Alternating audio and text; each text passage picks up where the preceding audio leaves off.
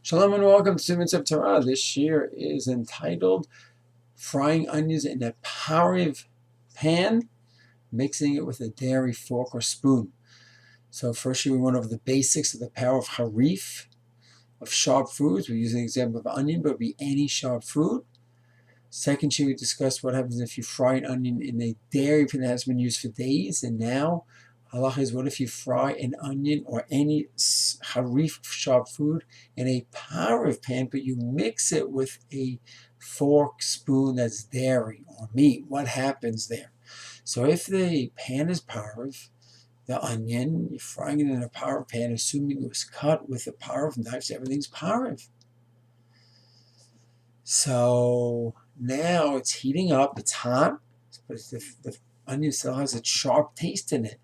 Once you mix it with a fork, knife, spoon that's dairy, even if the fork wasn't used for days.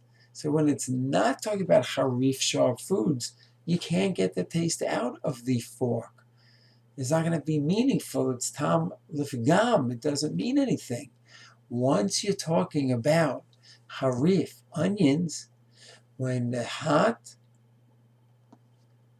it's steamed up, they're hot now, and you touch it to the fork and you mix it around with the fork, a dairy fork, even if it hasn't been used for days, it makes the onions dairy. So if you want to go ahead and keep onions pariv, you need to have exposure only to pariv kelim. The pan has to be pariv.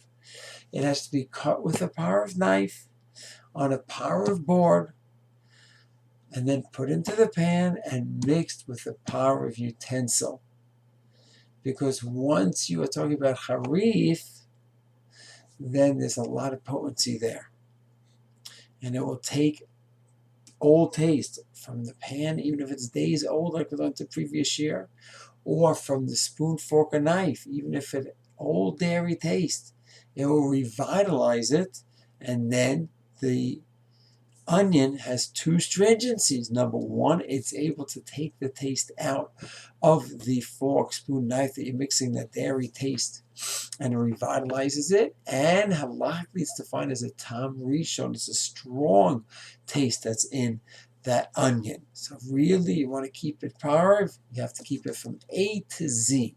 Everything involved should be pariv. Shalom.